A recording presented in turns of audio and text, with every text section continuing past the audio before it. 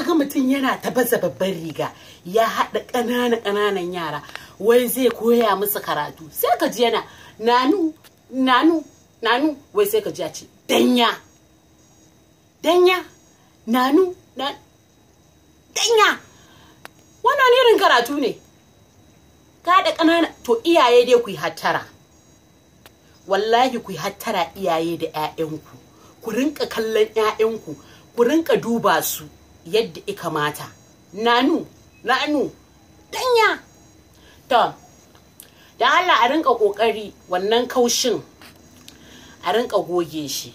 Shi kuma ko da dai tunda an riga an saba da dakalan nan, a yi kokari ko ta ranar juma'a ce, tunda ita dai ka san wannan juma'a babbar rana ce, a rinka kokari dan Allah ko so ɗaya ne a sati, so ɗaya dai a sati a rinka kokari ana wanka. Amma a yi ɗan adam kullum shi kenan cikin dakale, kullum cikin dakale.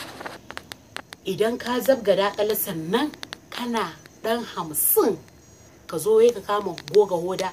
Ni mace ma ban goga hoda ba, sai kai da kake ma namiji ne ko kuma mace ne ma, ni ban ma iya tantancewa ba dai tukunna har yanzu. To dan Allah dan Annabi a rinka kokari. Kuma naga shi wankan nan ma idan ka yi shi kai akan kanka ma zaka ji daɗi, a lafiyar jikinka ne ma ba.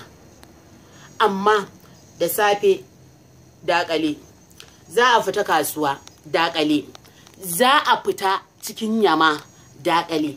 To yaya ɗan adam ba zai rinka tashi ba? Abin da yasa na yi wannan bayanin saboda lokacin zafi ma an yi dakale, balle kuma yanzu lokacin sanyi. Yawwa kafofin jiki kuma ya kamata, to ba a ma yi wanka ba balle ma a yi tunanin ai ba sai